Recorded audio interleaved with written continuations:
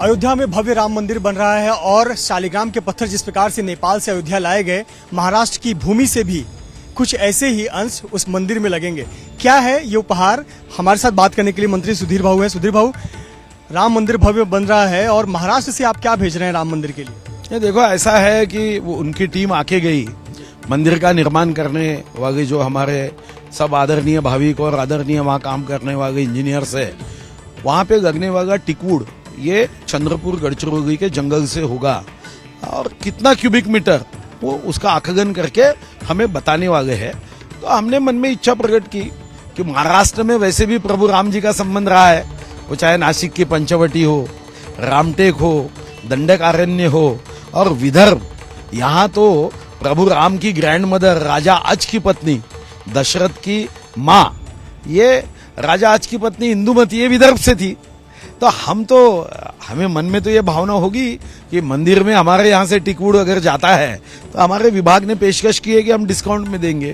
तो ये क्या योजना है, कब ये टिकवुड भेजा जाएगा, उसके लिए क्या तैयारियां की गई हैं? क्या आप वहाँ खुद मौजूद रहेंगे? तैयारियां क्या की गई? देखो, तैयारी तो बड़ी होगी, खुद तो मौजूद रहूंगा। मेरे जीवन में खुशी का क्षण रहेगा कि यहाँ से जाने वाले टिकवुड की पूजा वहाँ के गरीबों के हाथों से करते हुए, राम भक्तों के हाथों से करते हुए, हजारों लोग उस टिकवुड को साथ में चलते हुए उसको अयोध्या के तरफ रवाना करेंगे। तो वो तो एक तो अलग माहौल होगा भैया। वो तो कितने की संख्या में जरूरत बताई गई और मंदिर के किस क्षेत्र में इस्तेमाल होगा, कुछ बातें आपको बताई? वो सभी विस्तृत टिप्पणी वो दे रहे हैं। मंदिर के कौन से हम चाह रहे हैं कि मेन गेट बने, महाद्वार बने, अब वो सब हमको देंगे, कितना क्यूबिक मीटर लगेगा वो देंगे और उसके बाद फिर हम उसको उनको जैसे चाहिए वैसे लकड़ी भेजेंगे। वो हमारे लिए बहुत खुशी का समय है। वो खुशी आपके चेहरे पे नजर आ रही है, राम मंदिर में इस प्रकार का योगदान देना। और महाराष्ट्र सरकार की इसमें भूमिका कैसे होगी? जैसे नेपाल से जब शालिग्राम के पत्थर आए भगवान श्री राम, लक्ष्मण जी, सीता माता की मूर्ति बनाने के लिए, तो एक विशेष पत्थर मंगाए गए और विशेष रूट तैयार किया गया। महाराष्ट्र सरकार की क्या योजना होगी, आपकी क्या योजना होगी? देखो, ये सरकार की योजना कहना गलत है, ये समाज की योजना होगी। सरकार की योजना तो मैं वन मंत्री हूँ, मैं रहूंगा, मगर मैं भी वहां रहते समय एक राम भक्त के रूप में रहूंगा।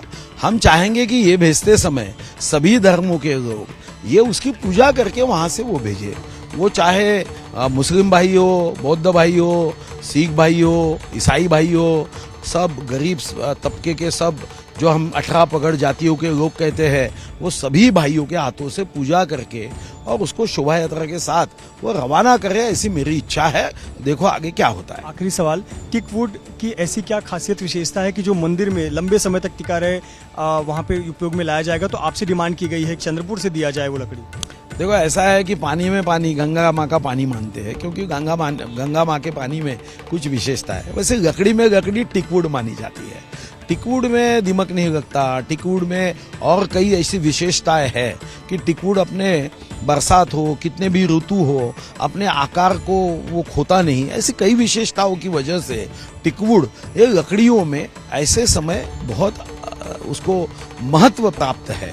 और दूसरी बात हमारे मन में एक है, वो तो उन्होंने अभी तक अनुमति नहीं दी है, मगर वहाँ पे एक बहुत पुराने वृक्ष की लकड़ी है जो आप देखने के बाद ही ध्यान में आएगा।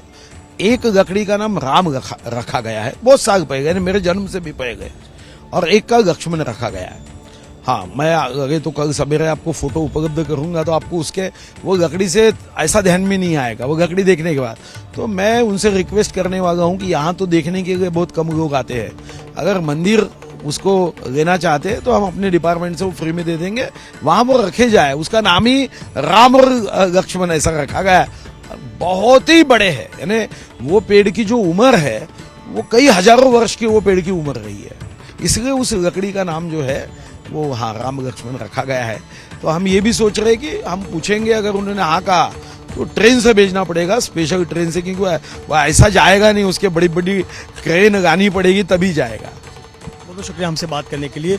सुधीर मुनगंटीवार वन मंत्री हैं शिंदे सरकार में महाराष्ट्र के, जिनका कहना है कि अयोध्या में जो राम मंदिर बन रहा है उसमें महाराष्ट्र का भी योगदान होगा। जिस प्रकार से शालिग्राम के पत्थर नेपाल से अयोध्या लाए गए, वहाँ मूर्तियों का निर्माण हो रहा है, उसी प्रकार से जो मंदिर परिसर में कई जगहों पर लकड़ी के काम होंगे, वो लकड़ियाँ चंद्रपुर से यहाँ से भेजी जाएंगी, जिसके लिए एक टीम बाकायदा महाराष्ट्र आएगी, वन मंत्री से मुलाकात करेगी और आगे की प्रक्रिया करने के बाद यहाँ से जो लकड़ियां हैं, विशेष लकड़ियां, टिक वुड जिसे कह रहे हैं, ये उनको यहाँ से रवाना किया जाएगा। रवाना होने से पहले एक बाकायदा एक कार्यक्रम किया जाएगा, पूजा किया जाएगा और फिर सभी समाज को साथ में लेकर महाराष्ट्र से ये जो सौगात है वो अयोध्या के लिए रवाना होगी।